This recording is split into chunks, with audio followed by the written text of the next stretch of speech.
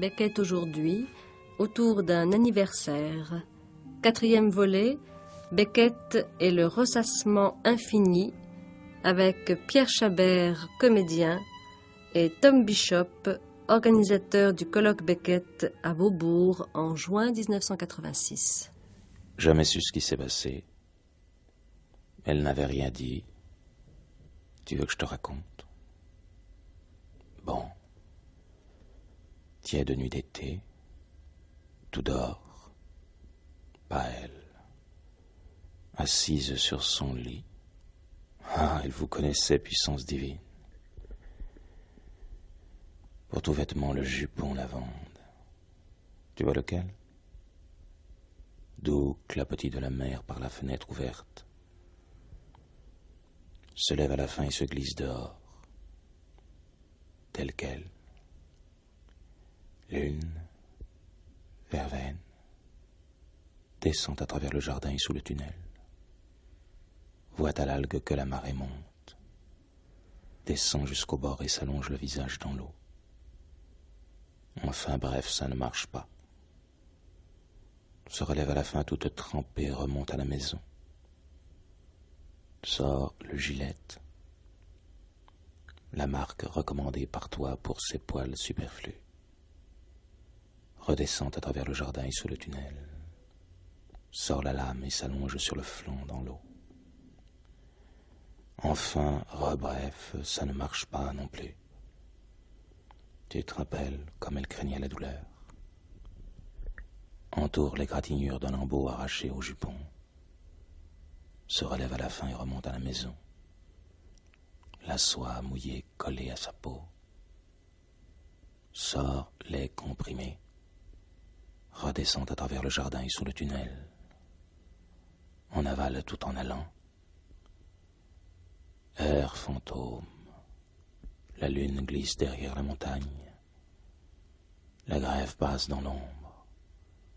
Au large l'argent tremblant. Elle s'attarde à regarder, puis s'éloigne vers les grottes. Ce moment-là, imagine. Ce moment-là dans sa tête. Pour faire ça, la moindre virgule, la moindre syllabe compte. Il faut qu'on ait une diction pour cela absolument parfaite, c'est-à-dire qui tient compte de la phrase, des points virgules, des points de suspension, des points d'exclamation, des points d'interrogation. Et ce qui m'a frappé également, c'est le fait qu'il faut avoir un ton de voix qui ne soit pas réaliste. On ne peut pas jouer Beckett d'une manière réaliste. Il y a une sorte de ton à avoir un petit peu, enfin qui pourrait paraître à première vue comme ça, un peu monocorde, un peu linéaire, mais à l'intérieur de ce ton, en fait, il faut mettre beaucoup d'inflexion, beaucoup de modulation et des intonations que j'appellerais fines. Je pense par exemple à la fin de l'Innommable qui nous donne en une seule phrase sur 5 ou 6 pages. Et c'est extrêmement haché avec des virgules. Et chaque fois, il y a naturellement un temps. Je pense que les textes de Beckett sont on ne peut plus concrets, écrites pour la voix, pour le souffle. C'est une voix incarnée toujours, y compris dans les textes romanesques. Le film de Pas moi, vous savez, La Bouche, avec Billy Whitelaw en anglais. Et je crois que c'est une des choses les plus bouleversantes qu'on puisse voir, les choses les plus physiques qu'on puisse voir, la façon haletante dont cette bouche dit le texte, la façon rapide, ses arrêts, ses reprises, rien n'est plus physique que cela. Le terme voix est un mot qui revient beaucoup dans les textes de Beckett lui-même, qui confie souvent dans ses textes, qu'il entend une voix et qu'il essaie de retranscrire cette voix, son travail consistant à retranscrire une voix qu'il traverse.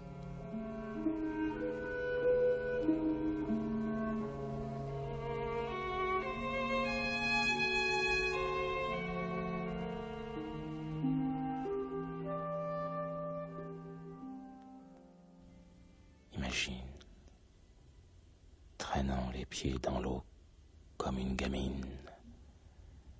On avale encore tout en allant. Je continue.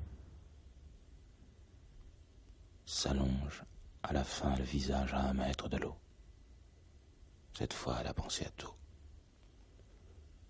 Avale les derniers. Ça, c'était de l'amour. Creuse un petit lit pour son visage dans les pierres. La verte, l'étroite, toujours pâle, les pâles yeux, le regard qu'ils avaient avant, la façon dont ils s'ouvraient après, de l'âme faite lumière. Bien ça, ton expression. Voilà l'histoire. Tu l'as eu le plus clair. Maintenant imagine. Imagine. Le visage dans les pierres. Les lèvres sur une pierre. Une pierre. Imagine les mains. Imagine le solitaire contre une pierre. Une pierre. Imagine les yeux. Les yeux. Clair d'âme. Mois de juin, quel an de grâce. Les seins. Dans les pierres. Les mains. Jusqu'au départ. Imagine les mains. Imagine. À quoi est-ce qu'elles jouent? Dans les pierres. Les pierres.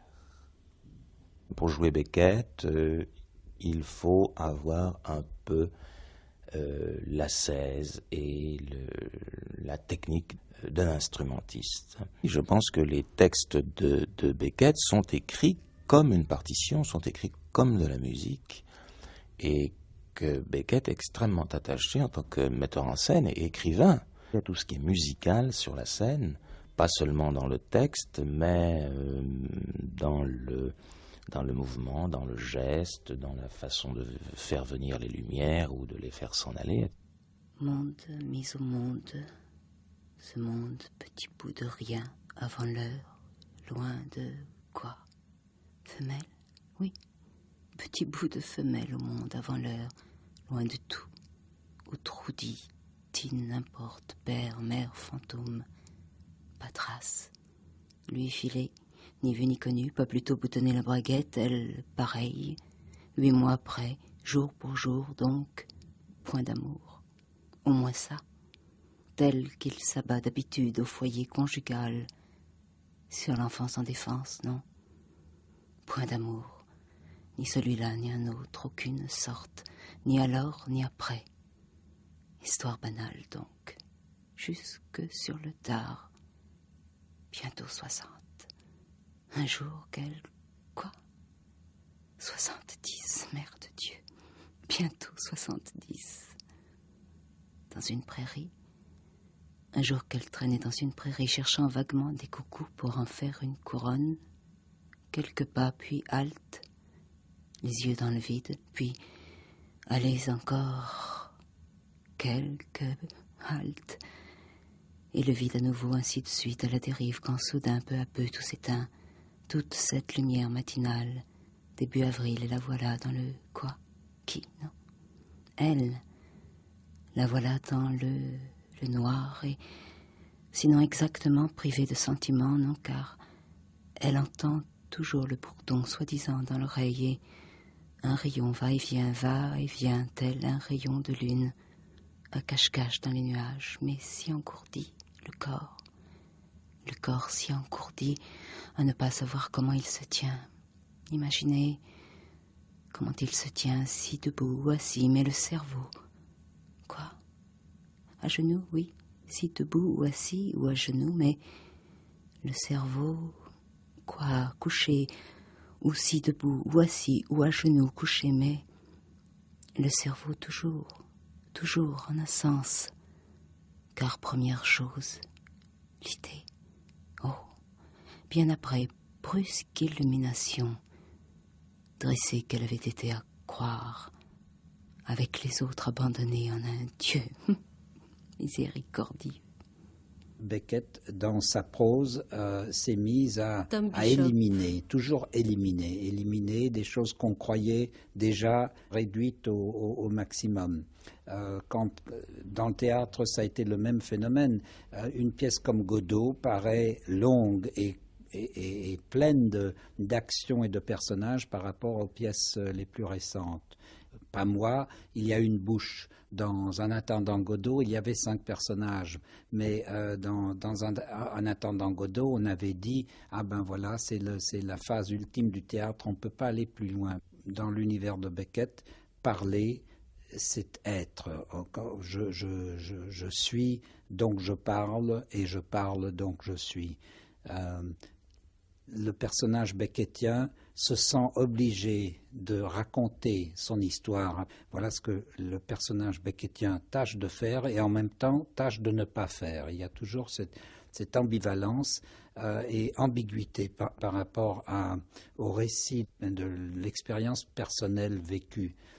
Alors, pour moi, la pièce Pas moi était un événement quand Beckett l'a écrite parce que il y avait encore une fois le récit d'un narrateur qui essaye de s'exprimer, mais cette confrontation entre la nécessité de se dire, c'est-à-dire de dire moi, de dire je, de parler à la première personne du singulier, et cette façon d'inventer des personnages fictifs interposés qui détournent le regard de sa propre expérience, c'est-à-dire la troisième personne, n'est-ce pas, le récit de la narration traditionnelle d'un autre, et cette confrontation se fait dans cette pièce qui est réduite vraiment à un minimum. Comment imaginer moins qu'une bouche dans Pas moi, à une confrontation terrible.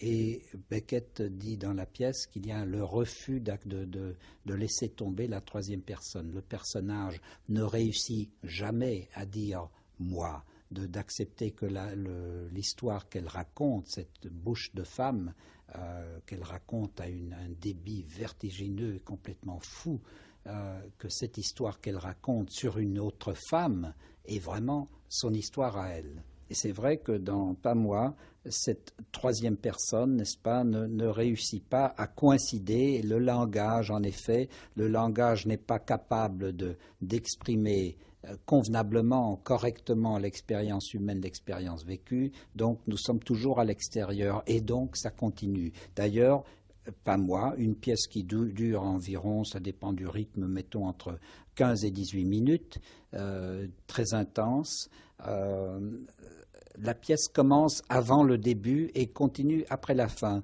Dans le théâtre, la pièce a été aussi montée à la télévision, mais au théâtre, quand lumière est faite, on entend la voix de la femme parler avant qu'on ne voit la bouche et on entend la voix parler à la fin de la pièce quand on ne voit plus la bouche. C'est-à-dire que c'est un monologue qui continue, qui est toujours là, qui n'a pas de début, pas de fin. C'est un flux qui emporte la réalité du personnage qui parle et qui nous emporte aussi parce que nous sommes complètement saisis par ce récit, ce flux hypnotique. J'ai beaucoup aimé une des toutes dernières pièces qui s'appelle Berceuse.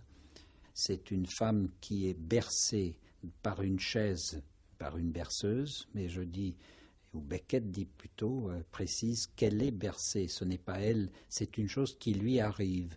Et comme tant de personnages de Beckett, il y a une voix qui lui parle, ou c'est sans doute sa voix, ou c'est peut-être sa voix. Pour moi, c'est sa voix. Elle parle, c'est à l'intérieur de sa tête. Et c'est encore une fois l'histoire d'une autre personne. Mais cette autre personne semble coïncider curieusement avec elle et je n'ai pas l'impression qu'elle lutte contre. Et la fin du récit raconté par cette voix, c'est la fin d'une vie. C'est une femme, une autre femme qui se met finalement dans sa berceuse et qui est bercée jusque dans la disparition, jusque dans la mort.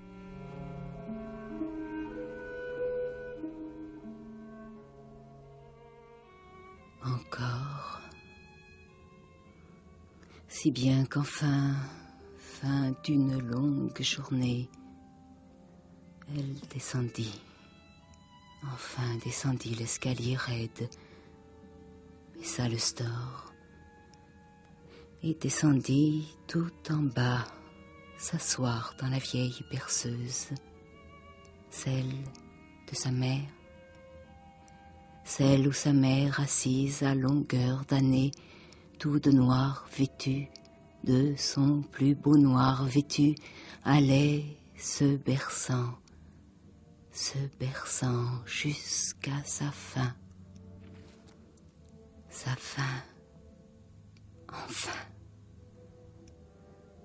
Demeurée, qu'on disait, un peu demeurée mais inoffensive, demeurée inoffensive, morte un jour, non, une nuit, morte une nuit, fin d'une longue journée, dans sa berceuse, de son plus beau noir vêtu, tête affalée, dans sa berceuse, la berçant toujours, si bien qu'enfin, fin d'une longue journée, elle descendit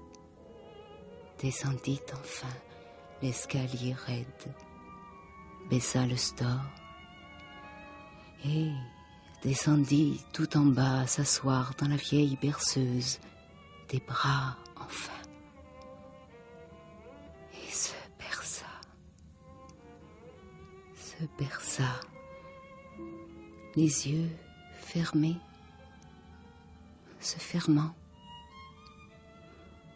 Elle, si longtemps, tous yeux affamés, toutes parts, en haut, en bas, de ci, de là, à sa fenêtre, histoire de voir, d'être vue, jusqu'au jour, enfin, fin d'une longue journée où elle se dit « À qui d'autre ?» Tant qu'elle finisse, baisse le store et finisse, tant qu'elle descende l'escalier raide tout en bas, soit-elle l'autre âme vivante à elle seule,